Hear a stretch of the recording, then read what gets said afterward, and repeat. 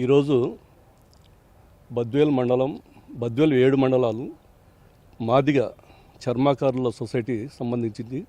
వాళ్ళ యొక్క జీవనోపాధి శైలి గురించి ఈరోజు జిల్లా కలెక్టర్ గారికి విన్నవించుకోవడానికి మాతో పాటు తెలుగుదేశం బద్వేల్ నుంచి తెలుగుదేశం కార్యకర్తలు అందరం కలెక్టర్ని కలవడం జరిగింది.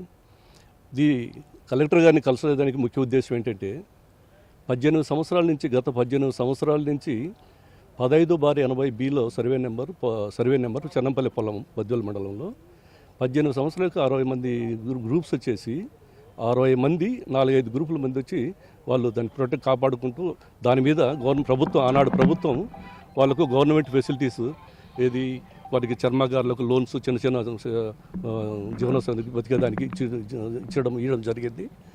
ఈరోజు 2018లో మన ముఖ్యమంత్రి రాష్ట్ర ముఖ్యమంత్రి ఆంధ్రప్రదేశ్ ముఖ్యమంత్రి గారు నారా చంద్రబాబు నాయుడు గారు దీన్ని లిడ్ క్యాబ్ను ప్రతిష్టాత్మకంగా తీసుకొని ఆనాడు 110 కోట్ల రూపాయల ఖర్చు కేటాయించడం జరిగింది.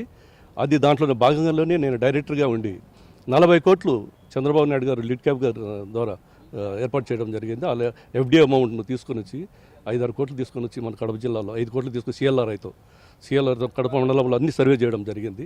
సర్వే చేస్తూ ఆ మా మాదిగ చర్మకారులు నా బంధువులు ఆ రోజు ఈ స్థలాన్ని నాకు చూపించి దీనికి ఏదన్నా ఒక ఇండస్ట్రియల్ ఏర్పాటు చేస్తే బాగుంటుందని వాళ్ళు ప్రపోజ్ చేస్తే నేను దాన్ని అప్పుడు మన ముఖ్యమంత్రి నారా చంద్రబాబు నాయుడు గారికి, తర్వాత మా అప్పటి చైర్మన్ ఎర్షన్ బాబు గారికి, అప్పుడు మేనేజింగ్ డైరెక్టర్ వీళ్ళ ద్వారా ప్రిన్సిపల్ సెక్రటరీ దాన్ని ప్రాసెస్ చేసి దానికి వచ్చేసి మన అప్పుడు కలెక్టర్ హరికిరణ్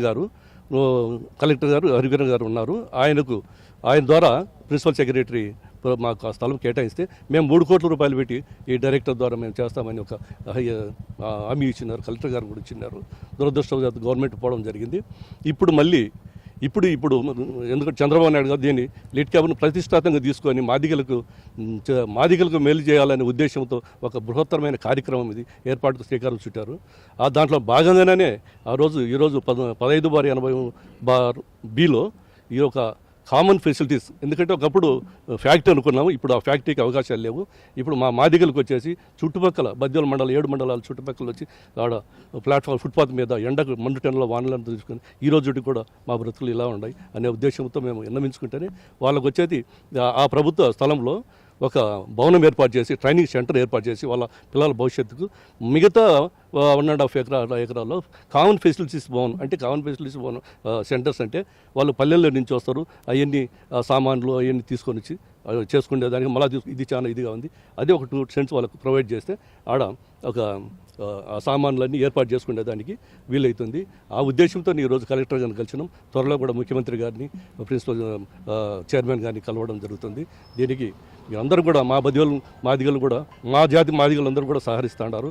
వాళ్ళందరూ కూడా దాని మీద ఆ స్థలాన్ని మాకు త్వరలో కేటాయిస్తానని కలెక్టర్ గారు చెప్పారు, చైర్మన్ గారు చెప్పారు. తొందరలో ముఖ్యమంత్రిని కలిసి మా బద్వేల్ మాదిగలకు నా వంతు నా సహాయంగా నేను ఎప్పుడు వాళ్ళకు సహాయం కాదు, నా వంతు నేను వాళ్ళకు అండగా ఉండి కృషి చేసే దానికి తోడ్పాటు చేయెత్తిస్తాను.